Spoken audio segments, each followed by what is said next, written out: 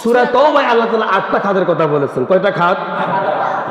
8টা খাদের মধ্যে যদি লিল্লাহ বোর্ডিং ইতিমখানা না যদি থাকে আপনি দিবেন? কথা বলেন না কেন?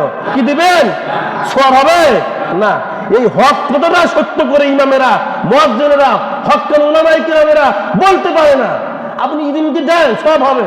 কিন্তু আমার এই 8টা খাদে কোরআন আমার ইতিমখানার কথা বলে নাই, কোরআন আমার লিল্লাহ বোর্ডিং এর কথা বলে নাই। বলে নাই জন্য আমিও কি বলতে কি পারি না। চামড়া খাওয়া হয়েছে অভ্যাস, চামড়া খেতে খেতে মানে মনটাও চামড়ার মতন হয়ে তোলা হয়েছে। এই অভ্যাস বাদ হলো, দিতে হলো হবে।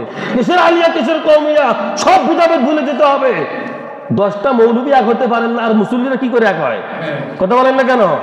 এক হুজুর আর এক হুজুর দেখলেই নাক সিট্টি হয়ে আকাশে তোলে। ওই হুজুর তুই তো 1 নম্বর শয়তান, ও হুজুর নাকি তুই হুজুর। তাহলে এই আদবগুলো আপনাকে আমাকে বাদ ধরে দিতে হলো হবে। কথা বলেন ঠিক কিনা? আমি যেগুলো বলতেছি কি রাগ করতেছেন? কি দরকার আছে না নাই কথাগুলোর? এবার কান লাগান। যাকাত।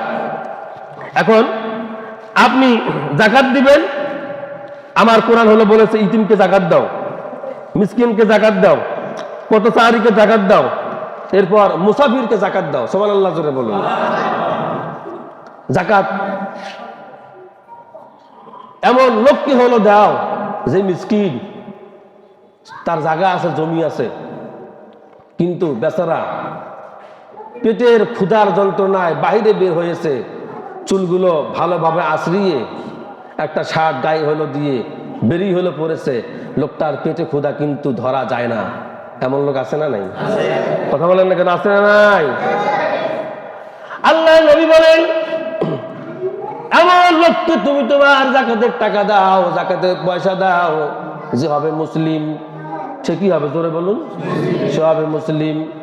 এমন মুসলমানকে যাকাত দাও, এমন মুসলমানকে তুমি তোমার অর্থ দিয়ে সাহায্য করো যে আল্লাহ ভীরু, কোরআন ভীরু, যে নির্যাতিত, যে নিষ্পেষিত, যে মাজলুম জননেতা হয়, যে মাজলুম হয়, যার দোয়া আল্লাহর দরবারে কবুল হয়ে যায়, এমন লোককে তুমি তোমার যাকাতের টাকা দাও। আর আমরা তো এখন ফিতরা দেই হাফেজ সাহেবদেরকে, ইতিমদের, কি বলে লিল্লাহ বোর্ডিংদেরকে। অথচ আল্লাহর হাবিব বলেছেন ফিতরা এবং যাকাতের সমন্বয় ভালো ভেবে জেনে বুঝে শুনে এমন লোককে তুমি তোমার ফিতরার টাকা দিবে যাতে তুমি তোমার সওয়াবের অংশীদার হতে পারো। আল্লাহর পয়গম্বর বলেছেন দিন থেকে দান করো। এমন দিনদারকে দান করিও না যে দিনদার মদ খাবো আপনার টাকা দিয়ে, গুল কিনে খাবে আপনার টাকা দিয়ে, জর্দা কিনে খাবে আপনার টাকা দিয়ে। কথা হয় না? ঠিক কি না?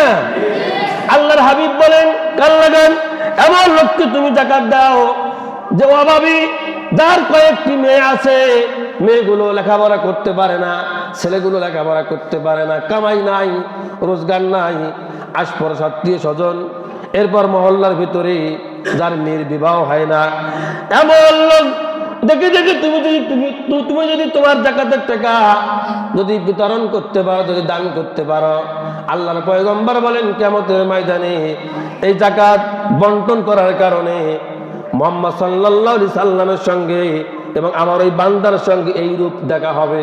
সুবহানাল্লাহ বলেন। শাহাদাত আঙ্গুল এবং তারপরের আঙ্গুল। সুবহানাল্লাহ করে কোন এত নিকটবর্তী দেখা হলো হবে শাহাদাত আঙ্গুল আর কি তার পরের আঙ্গুল।